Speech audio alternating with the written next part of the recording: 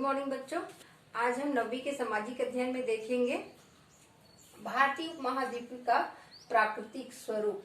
जो भारतीय उपमहाद्वीप है उसके प्राकृतिक स्वरूप के बारे में हम जानते हैं कि प्राकृतिक स्वरूप जो होते हैं कहीं पर उबड़ खाबड़ है, कहीं समतल है, कहीं पर जलवायु अलग है, तो उसके कारण से वहाँ की बनावट अलग है।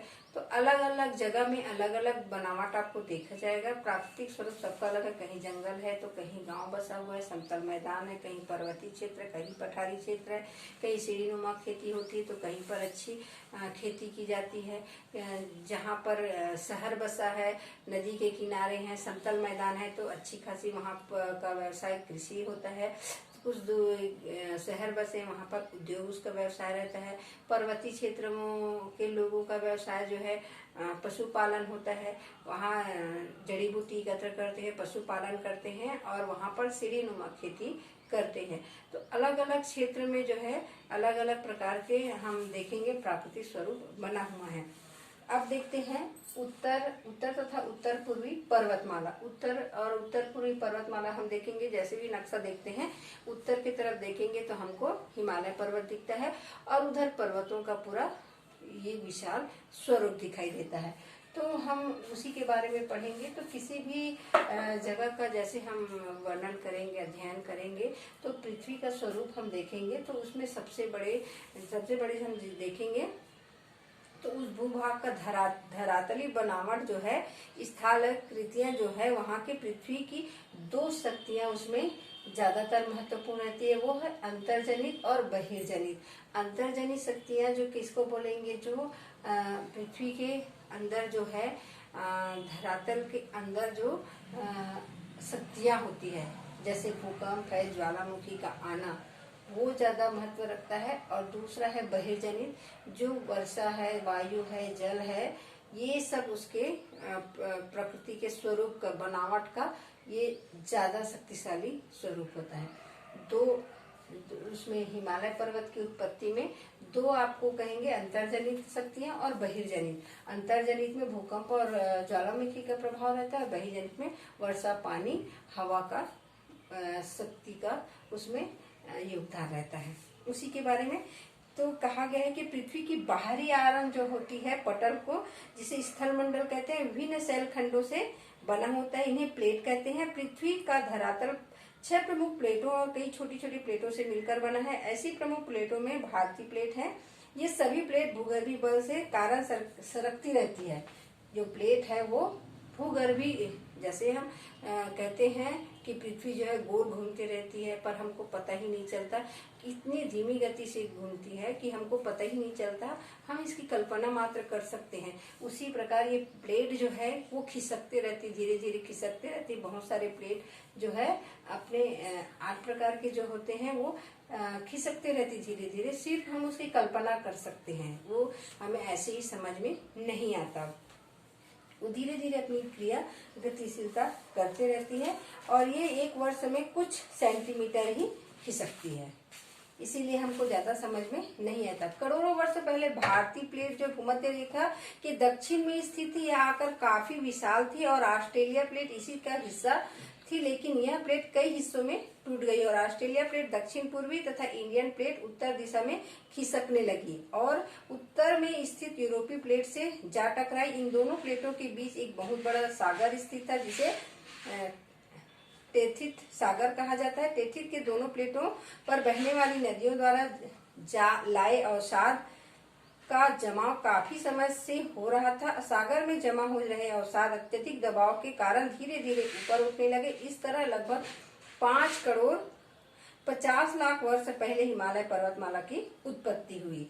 जो नदियों में अवसाद जमा होकर आते थे वो किसी ध्रुवीय के कारण ऊपर उठने लगे और वो धीरे धीरे इकट्ठा होने लगे। वो अवसाद जो है और जो उसमें जमा होते जाते थे वो ऊपर उठने लगे। किसी प्रतिक्रिया जो नदी है वहां पर समुद्र था, वो उसके ऊपर में जमते गए और ऊपर उठते गए। उसी से हिमालय पर्वत की उत्पत्ति हुई।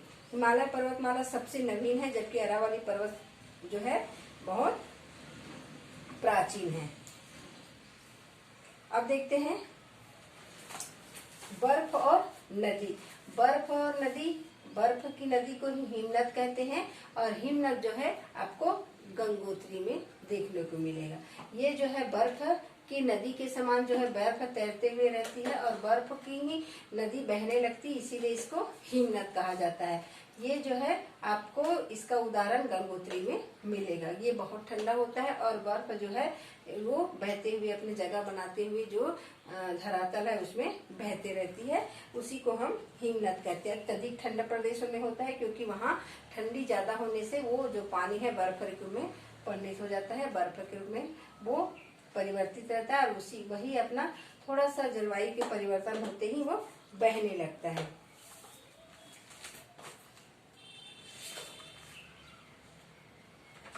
ग्लेशियर भी कहते हैं, कभी कभी ग्लेशियर पिघलने, अभी अभी सुने हो कि ग्लेशियर पिघल गया है। ग्लेशियर वातावरण के अनुसार वो पिघल जाता है और वो पानी का रूप धारण कर लेता है और बहुत ज्यादा बाढ़ आने की संभावना उसी से होता है, क्योंकि अचानक से होता है। तो अचानक में हम किसी प्रकार का कोई रोकथाम नहीं करें तो इससे नुकसान अधिक होता है।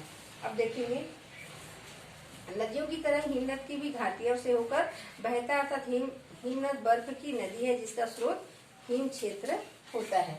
अब कश्मीर की घाटी देखेंगे। कश्मीर की घाटी हम देखते हैं कि ये कश्मीर की घाटी जो है झेलम घाटी भी कहते हैं इसको। ये समुद्र तल से 1850 मीटर की ऊंचाई पर पर्वतों से घिरी है। कश्मीर घाटी जिसे झेलम घाटी भी कहते हैं, लगभग ये जो है 135 किलोमीटर की लंबाई और 32 किलोमीटर की चौड़ाई पर पर्वत मध्य जो है मैदान का निर्माण झेलम नदी के द्वारा है। लेकिन यह आश्चर्य की बात है कि पर्वतों के मध्य इतने बड़े मैदानी क्षेत्र का निर्माण कैसे हुआ। वैज्ञानिकों के अनुसार यह कभी एक झील थी।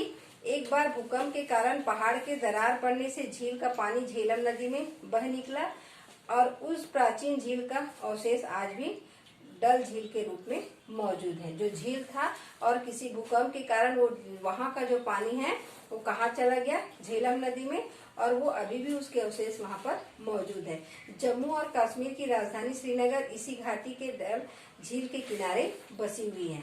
अपने प्राकृतिक सौंदर्य के लिए विश्व विख्यात कश्मीर अंतर्राष्ट्रीय सैलानियों का एक प्रमुख केंद्र रहा है। भारत आने वाले अंतर्राष्ट्रीय पर्यटक भारी संख्या में कश्मीर देखने के लिए डल झील, तैरते नाव घर जिन्हें बोट हाउस कहते हैं, उस विशेष आकर्षण का केंद्र वहाँ पर रहता है। और वहीं के जो अवसाद जहाँ पर बोलते हैं कि कश्मीर घाटी ऊंची पहाड़ी से घिरा है, इसका धरातल तस्तिरण अनुमान मतलब अलग अलग जो हम बोलेंगे कि सीढ़ी नुमा वहाँ पर खेती होती है, क्योंकि वहाँ पर अवसाद मिट्टी और सब होने के कारण वो जगह जो है उपजाऊ है। हम कह सकते हैं जैसे डेल्टा का निर्माण होता है, डेल्टा में कुछ जमीन छूट जाता है, उसमें जो नदी के द्वारा बहा कर आए हुए अवसाद जो खाद है वो जमा हो जाता है। उसी में अगर खेती करेंगे तो बहुत उपजाऊ रहता है वो जमीन, तो अच्छे से खेती होती है। उसी प्रकार जो है वहाँ झेलम की घाटी में जो समतल जमीन जो बसता है वो उसमें सीढ़ी नुमा खेती की जाती है और वहीं पर जो है केसर की खेती होती है, जो दवाई के लिए और औषधि के लिए और जो है बहुत सारे मसालों में उसका उपयोग किया जाता है और बहुत ही महंगी और महत्वपूर्ण है, जो सिर्फ वहाँ कश्मीर में ही उगाई जाती है, जो जिसको हम उपयोग करते हैं। केसर की खेती वहीं पर अच्छे से होती है और जाफरान जो मसाले में उपयोग होता है वो भी वहीं पर की जाती है। अब देखते हैं हम लद्दाख, शीत मरुस्थल का एक गांव। लद्दाख में भी जाएंगे तो वहाँ पे भी ठंडी मरुस्थल प्रदेश है। वहाँ के लोग जो घर बनाते हैं वो भी पानी से छत जो है चौड़ीदार होता है, कि जैसे छत हम लोग वैसे बनाते हैं उसी प्रकार होता है। जैसे मवेशी के चारा के लिए उपयोग के लिए वहाँ पर कुछ सुखाने के लिए जरूरत पड़े उसके हिसाब से रहता है। और घर जो है दूर दूर होता है क्योंकि वहाँ पर समतल मैदान नहीं होता है, बर्फीली जगह है। वहाँ के लोगों का खेती करने का उतना ये नहीं रहता। बीच में मार्च में कहीं कुछ महीने ही सूखा पड़ता है। जो वहाँ पर जो नदियां हैं वो बर्फ बन जाती है और बर्फ के कारण कड़ा हो जाता है। वहाँ पर रास्ता भी बन जाता है, वहाँ पर चलने का काम आता है। मतलब बर्फ ज्यादा ये होने से, क्योंकि कुछ ठंडी के देश में ज्यादा ठंडी होने से वो जो नदी है वो बर्फ का रूप ले लेता है, वहां पर रास्ता भी तय कर लेते हैं, उसी के से वो लोग आना जाना भी करते हैं। कुछ समय वो खुलता है, उस समय वो लोग कृषि कार्य करते हैं, उसमें पानी आता है, उस पानी को इकट्ठा करके उसी सिंचाई करते हैं, उसी से वो खेती करते हैं। तो वहां पर लोग जो है रहते हैं, उनका थोड़ा सा कृषि भी, जैसे आलू है, कुछ कुछ सब्जी उगाते हैं ज्यादातर, और अपने उपयोग के लिए वो खेती करते हैं, कहीं व्यापार नहीं करते हैं, अपने ही लिए खेती करते हैं, अपने यूज के लिए रखते हैं और ज्यादा बेचते नहीं है, क्योंकि कम जगह में कम खेती करते हैं। और उनका मुख्य व्यवसाय पशुपालन रहता है। पशुओं को चराने के लिए पर्वतों में ले जाते हैं, चीन के बॉर्डर में ले जाते हैं, उनको पता रहता है चीन का कहाँ पर है और उनका दायरा कहाँ तक है, और वहां पर जाते हैं, और जैसे जैसे उनको मौसम का ज्ञान रहता है और फिर वो धीरे धीरे वहां से उतरते हैं, और यहाँ पर फिर उस समय मवेशी के लिए उनके चारा की व्यवस्था रहता है, और खाली समय में उन लोग ऊन काटते हैं, ऊन से कपड़ा बनाते हैं। उन लोग का यही व्यवसाय रहता है, उन लोग अपने तक सीमित रहते हैं, ज्यादा किसी से मिलते जुलते नहीं है, क्योंकि कम जगह में संगठित रहते हैं और छोटे छोटे गाँव उनका बना रहता है, अलग अलग रूप में वो अपना काम करते हैं। अब उत्तराखंड एक पहाड़ी जगह है, उत्तराखंड भी वैसी ही है। यहाँ पर भी कभी भी अब बारिश हो जाती है, कभी भी जमीन का खिसकना हो जाता है। वहां पर भी अब विद्युत उत्पादन करने लग गए हैं, बांध बनाने लग गए हैं, तो ये समस्या आती ही रहती है। तो वहाँ के लोगों का भी वही व्यवसाय रहता है, वही काम रहता है। अब उद्योग खुलने से कुछ खेती छोड़कर उद्योग कर रहे हैं, परंतु दोनों की स्थिति हम देखेंगे तो पहाड़ी क्षेत्र है और इन लोग का ज्यादातर जो है पशुपालन में ही समय बीतता है।